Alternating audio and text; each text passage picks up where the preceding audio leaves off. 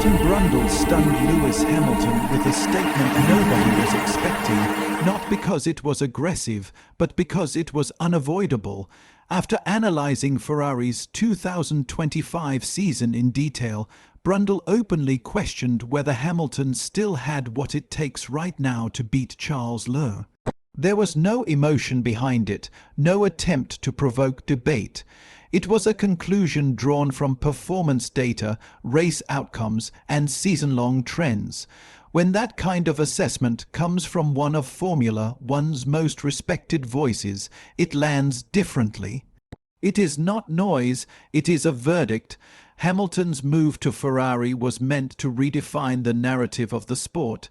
Seven-time world champion joining the most iconic team in Formula One history created expectations of leadership, revival, and immediate competitiveness. The story was supposed to be about experience lifting Ferrari back to the top.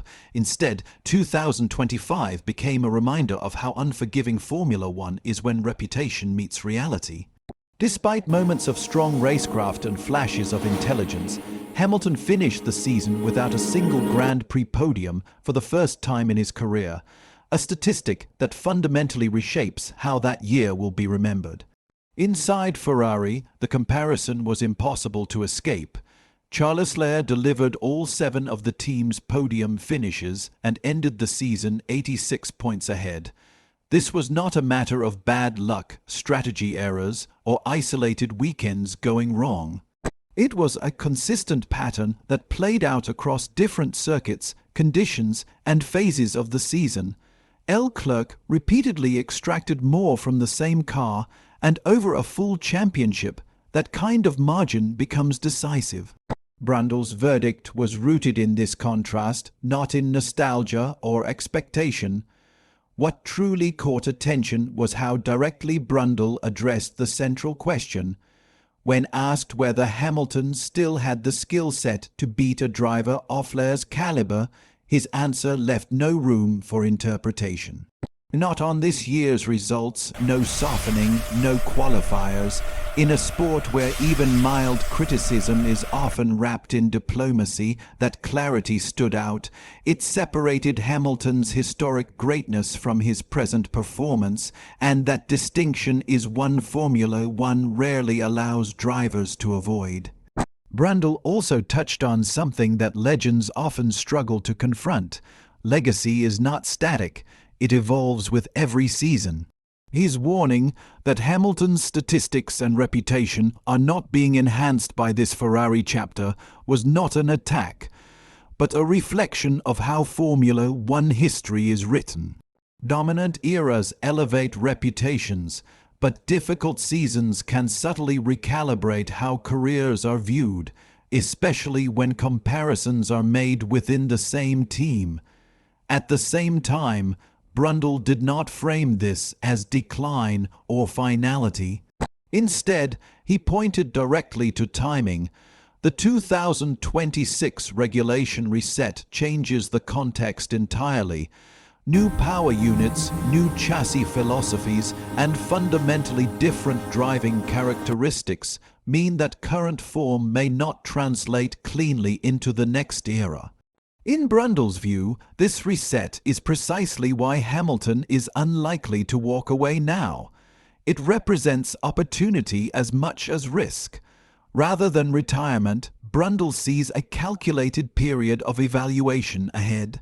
Hamilton will wait to see if Ferrari genuinely deliver a competitive car in 2026, assess how he connects with the new machinery, and judge whether the project offers a realistic path back to the front.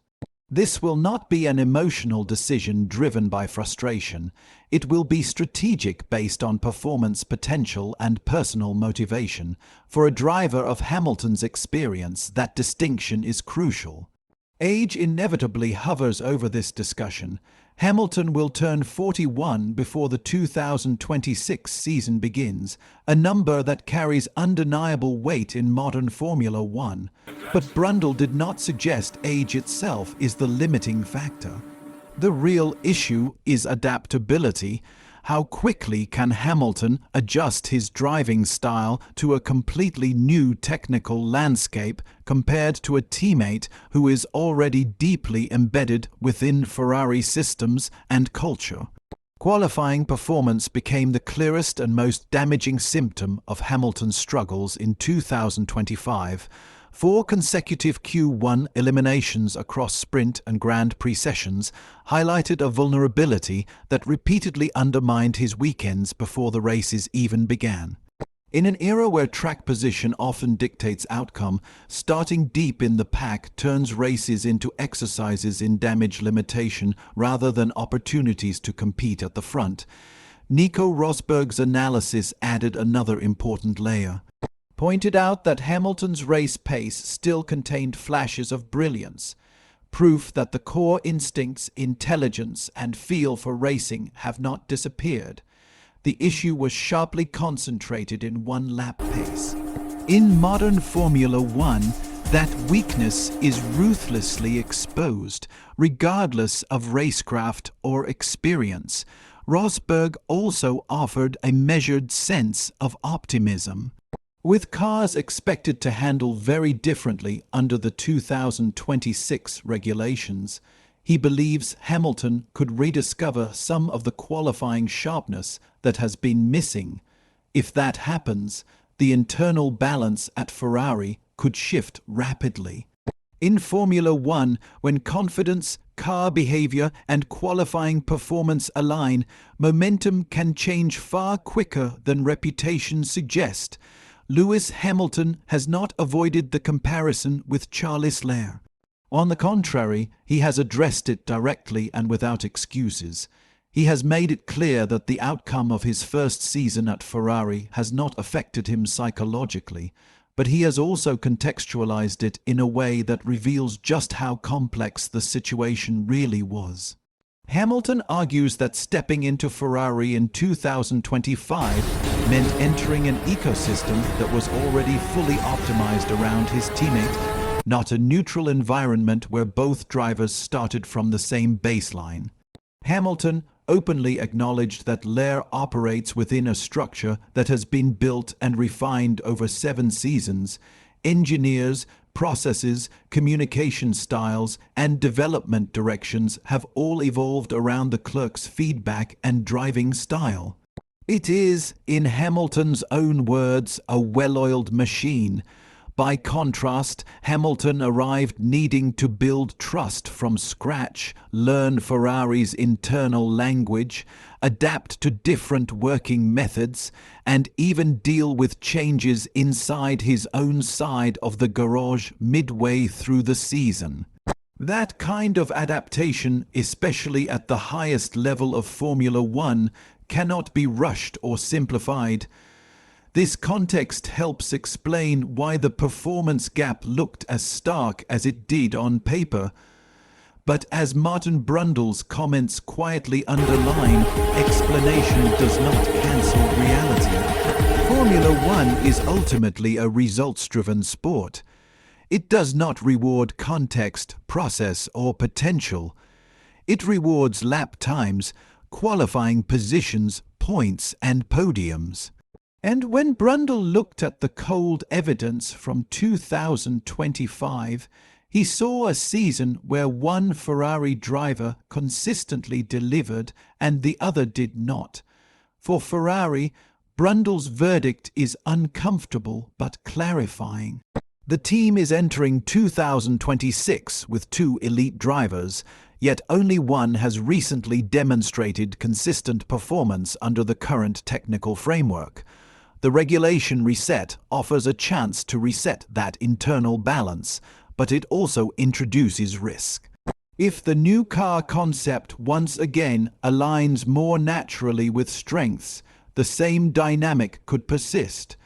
Regardless of Hamilton's experience or status, this elevates the importance of 2026 dramatically. This is no longer just about improvement or settling in. It is about redefining his role inside Ferrari and potentially how his entire Ferrari chapter will be remembered.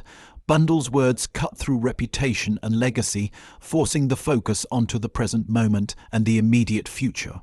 What must change is no longer abstract, it is tangible and urgent. What makes Brundle's statement so unexpected is not its harshness, but its precision. He did not dismiss Hamilton's talent, question his dedication, or suggest decline as an inevitability. Instead, he made a far more uncomfortable observation. Right now, the results do not support the idea that Hamilton is beating his teammate. That distinction matters because it leaves no room to hide behind past achievements. At the same time, the door is very deliberately left open. History shows that regulation resets can dramatically reshuffle hierarchies. Drivers with deep technical understanding and adaptability often thrive when familiarity is removed and everyone is forced to relearn. In that sense, 2026 could play directly into Hamilton's strengths, provided Ferrari deliver a car that allows him to exploit them. This is why Brundle's statement resonates so deeply. It is not a verdict on Hamilton's career, but a challenge to his present reality. It strips away mythology and places him back in the arena where every great driver must continually prove themselves. In Formula One, greatness is never permanent. It must be re-earned under whatever rules exist at the time. As the 2026 season approaches, Lewis Hamilton stands at a crossroads where reputation, performance, and opportunity collide. Brundle has articulated the situation with uncomfortable clarity. What happens next will not be shaped by championships won years ago, but by adaptation, execution, and speed in a completely new era. Whether this moment becomes a turning point or a confirmation will only be decided on track. But one thing is already certain. The unexpected statement has changed the conversation around Hamilton at Ferrari. And for perhaps the first time in many years, he enters a new Formula One era with something unmistakable in front of him, something to prove.